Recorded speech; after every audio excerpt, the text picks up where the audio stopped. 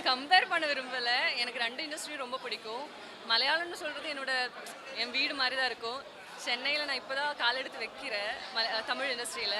So மக்கள் எப்படி என்ன அ அ என்ன எக்ஸ்பெக்ட் எதுவுமே தெரியல. ஆக்செப்ட் பண்ணிட்டேன்னா ரொம்ப சந்தோஷம்.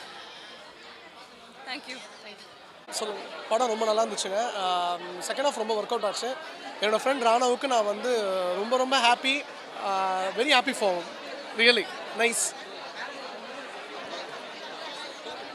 ஸ்டோரி வந்து ஒரு ரிலேஷன்ஷிப்பை பற்றி, ஹஸ்பண்ட் அண்ட் ஒய்ஃப் பற்றி ஸ்ட்ராங்காக பேசியிருக்காங்க. அது இப்போதைக்கு ரொம்ப வந்து தேவைன்னு நினைக்கிறேன் நான். ஃபிலிம் ரொம்ப நல்லா இருந்ததுங்க.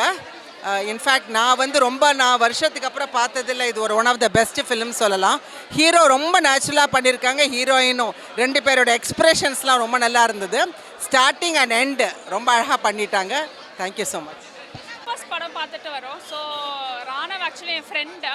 ரொம்ப நல்லா இருக்குது படம். ஆக்சுவலி கதையும் சரி, எல்லாம் நடித்தவங்களும் சரி ரொம்ப சூப்பராகவே நடிச்சிருக்காங்க. ஏன்னா கதை இந்த ஜென்ரேஷனுக்கு ஏற்ற மாதிரி நல்ல பாசிட்டிவாகவே சொல்லியிருக்காங்க. ரொம்ப நல்லா இருக்கு. ஆமாம்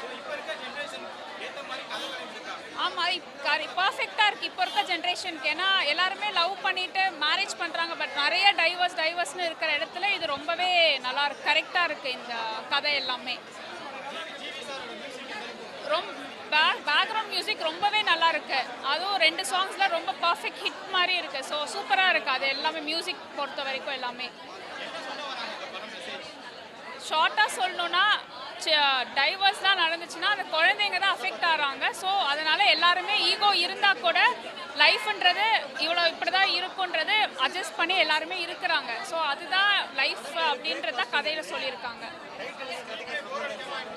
சுத்தமாக இல்லை. ஆக்சுவலி அங்கங்கே கவுண்டர் காமெடி போடுறதோ ஸோ எல்லாமே ரொம்ப நல்லா இருக்குது. ஸோ போர் அடிக்காமல் தான் நல்லாவே படம் ஃபுல்லாகவே மூவ் ஆகுது. அந்த 2.5 hours போன டைமே தெரியல.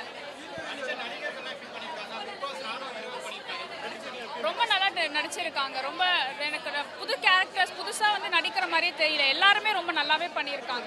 எல்லாருமே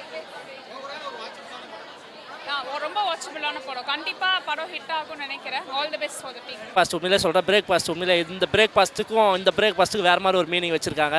இன்றைக்கி ஒரு ஹோட்டலில் சாப்பிட்றோன்னா பார்த்தா நாளைக்கு அந்த ஹோட்டலுக்கு போக மாட்டோம். நல்லானா போக மாட்டோம், நல்லா இருந்தால் போவோம். அந்த மாதிரி இப்போ இருக்கிற லவர்ஸ்லாம் லவ் பண்ணாங்கன்னா அந்த பொண்ணு கரெக்டாக நமக்கு ஏற்ற மாதிரி இருந்துச்சுன்னா நாளைக்கு அவ்வளோ பார்ப்போம் இல்லையா, நான் மேலே கட் பண்ணிட்டு வேற அப்படின்ற மாதிரி கொண்டு போயிருந்தாங்க.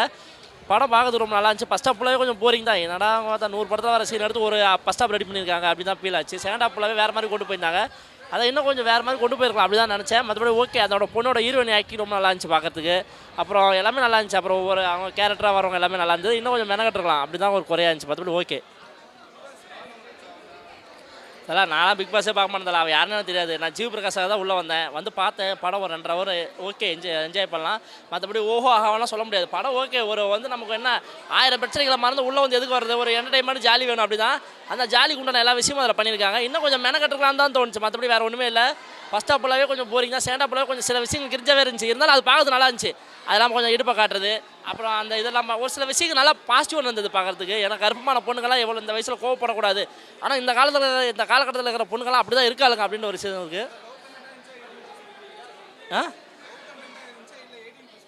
இல்லை லவ் கண்ணாக தான் இருந்துச்சு. அது அந்த பேட்டர்னுக்கு ஏற்ற மாதிரி கொண்டு போயிருந்தாங்க. ஒரு 2 லவர்ஸை காட்டுறாங்க, 2 பேர் டைவர்ஸ் ஆகணும் வராங்க. ஒரு குப்பை பொறுக்கிற ஒரு பையன் பெரிய ஒரு ஹை கிளாஸ் இருக்கிற ஒரு பொண்ணை உஷார் பண்ணி கல்யாணம் பண்ணுறான். அதுக்குள்ளே ஒரு பிரச்சனைகள், எங்கள் அப்பா அம்மா பிரச்சனை, அவங்க அப்பா அம்மா பிரச்சனை, அப்படியே போய் சில பிரச்சனைகளை ஹேண்டில் பண்ணி கடைசியில் அவனும் அவளை மாதமாகி ஒரு குழந்தை கொடுக்குறான். அந்த குழந்தை பிறக்கும் போது ஒரு பிரச்சனையோட தான் பிறக்குது அப்படின்னு ஒரு விஷயத்தை. அது இல்லாமல் டைலாக்ஸ் வைஸாக ரொம்ப நல்லா பண்ணியிருந்தாங்க. டைலாக்ஸ்லாம் ரொம்ப நல்லா இருந்தது. படம் ஓகே, ஒன் டைம் மச்சுமல் பார்க்கலாம். அவ்வளோ ஒருத்தரால் கொடுத்த காசு 160 ரூபா போச்சு.